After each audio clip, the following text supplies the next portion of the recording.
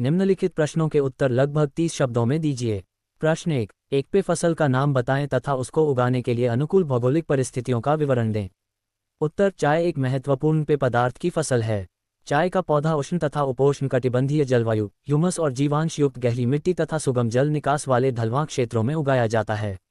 प्रश्न 2, भारत की एक खाद्य फसल का नाम बताएं और जहां ये पैदा की जाती है उन क्षेत्रों का विवरण दें। उत्तर, चावल भारत की मुख्य खाद्य फसल है। ये भारत के उत्तर और उत्तर पूर्वी मैदानों, तटीय क्षेत्रों और डेल्टाई प्रदेशों में उगाया जाता है। प्रश्न 3, सरकार द्वारा किसानों के हित में किए गए संस्थागत सुधारों की सूची बनाएं। उत्तर, सरकार द्वारा किसानों के हित में गए विभिन्न संस्थागत सुधार निम्नलिखित हैं। सूखा, बाढ़, चक्रवात, आग तथा बीमारी के लिए फसल बीमा के प्रावधान, न्यूनतम सहायता मूल्य नीति, कृषि निवेश और साधनों जैसे ऊर्जा और उर्वरकों पर सहायता उपलब्ध करवाना, किसान क्रेडिट कार्ड तथा व्यक्तिगत दुर्घटना बीमा योजना शुरू करना। प्रश्न 4, दिन प्रतिदिन कृषि के अंतर्गत भूमि कम हो रही है, क्या आप इसके परिणामों की कल्पना कर सकते हैं। उत्तर, दिन प्रतिदिन बढ़ती आबादी के साथ कृषि के अंतर्गत भूमि के कम होने के कारण निम्नलिखित परिणाम हो सकते हैं। बढ़ती जनसंख्या के लिए भोजन का अभाव, खाद्यान्नों की कीमतों में वृद्धि, बेरोजगारी तथा किसानों के आजीविका के साधनों का अभाव, कृषि उद्योगों के लिए कच्चे माल की आपूर्ति में कमी, अंतर्राष्ट्रीय व्यापार के प्रमुख अंग कृषि उत्पादों के निर्यात पर विपरीत प्रभाव। निम्नलिखित प्रश्नों के उत्तर लगभग 120 शब्दों में दीजिए। प्रश्न 1, कृषि उत्पादन में वृद्धि सुनिश्चित करने के लिए सरकार द्वारा किए गए उपाय सुझाएं। उत्तर, कृषि उत्पादन में वृद्धि सुनिश्चित करने के लिए सरकार द्वारा निम्नलिखित उपाय किए गए हैं।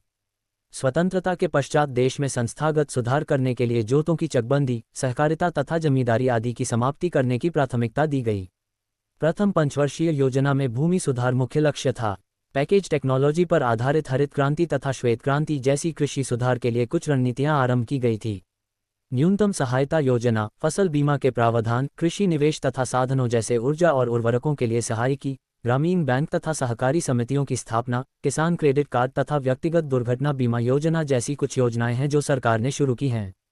प्रश्न 2, भारतीय कृषि पर वैश्वीकरण के प्रभाव पर टिप्पणी लिखें। उत्तर, भारतीय कृषि पर वैश्वीकरण का प्रभाव उपनिवेश काल से ही दिखाई दिया।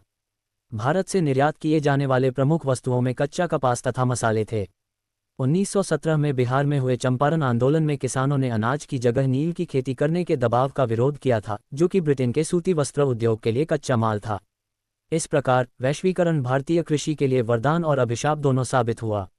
उदारीकरण के बाद भारतीय किसानों को अन्य विकसित देशों को कृषि में अत्यधिक सहायता मिलने के कारण कई नई चुनौतियों का सामना करना पड़ रहा है। इन चुनौतियों से निपटने के लिए तथा भारतीय कृषि को सक्षम और लाभदायक बनाने के लिए सीमांत और छोटे किसानों की स्थिति सुधरने पर जोर देने की जरूरत है। साथ ही किसानों को कार्बनिक कृषि का प्रयोग तथा शस्यावर्तन करने की जरूरत है। प्रश्न 3, चावल की खेती के लिए उपयुक्त भौगोलिक परिस्थितियों का वर्णन करें। उत्तर, चावल की खेती के लिए उपयुक्त भौगोलिक परिस्थितियां निम्नलिखित हैं। यह एक खरीफ की फसल है जिसे उगाने के लिए उच्च तापमान 25 सेल्सियस से ऊपर और अधिक आर्द्रता 100 सेमी से अधिक वर्षा की आवश्यकता होती है। चावल की खेती के लिए बाढ़ के मैदानों की जलोढ़ मिट्टी तथा डेल्टाई इलाका उपयुक्त माना जाता है। इसकी खेती के लिए पर्याप्त वर्षा तथा कम वर्षा वाले क्षेत्र में अच्छी सिंचाई की आवश्यकता होती है। इसकी खेती के लिए पर्याप्त मात्रा में सस्ते और कुशल श्रम की जरूरत होती है।